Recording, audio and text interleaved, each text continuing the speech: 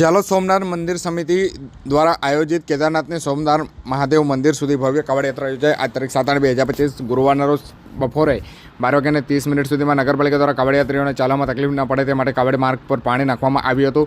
ઝાલોદ સોમનાથ મહાદેવ ઉત્સવ સમિતિ દ્વારા શ્રાવણ માસ દરમિયાન અલગ અલગ ધાર્મિક પ્રોગ્રામો રાખવામાં આવે છે, જે અન્વયે કેદારનાથથી ઝાલોદ સોમનાથ મહાદેવ મંદિર સુધીની કાવડ યાત્રાનું આયોજન કરાયું હતું। દાહોદ સોમનાથ મહાદેવ મંદિરથી આરતી પછી વાહન દ્વારા દાહોદના ચોસાલા મુકામે આવેલા કેદારનાથ મંદિરે કાવડ યાત્રીઓ તેમજ સેવાભાવી લોકો દ્વારા વાહન દ્વારા સોમનાથ મંદિરથી નીકળેલ હતા અને રાત્રિ દરમિયાન કહી શકાય કે કાવડ યાત્રીઓ તેમજ નગરમાંથી ગયેલા ધાર્મિક લોકો દ્વારા ભોળાનાથની પૂજા અર્ચના કરી અને આરતી કરી ભજન યોજવામાં આવ્યા હતા। ભજનની રમઝટ મોડી રાત સુધી ચાલી હતી અને વહેલી સવારે કાવડ યાત્રીઓ ભોળાનાથના રથ સાથે પવિત્ર કાવડમાં જળ ભરી અને ઝાલોદ આવવા રવાના થયા હતા। કાવડ યાત્રા દરમિયાન કાવડ યાત્રીઓ દ્વારા બમ બોલે બોલે બમ બોલે ના નાદ સાથે વાતાવરણ ગુંજી દીધેલ હતું। અંદાજિત 300 ઉપરાંત કાવડ યાત્રીઓએ કાવડ યાત્રામાં ભાગ લીધો હતો અને ઝાલોદ નગરમાં વિશ્વકર્મા મંદિરે સૌ કાવડ યાત્રીઓ માટે ઉતારો આપવામાં આવ્યો હતો।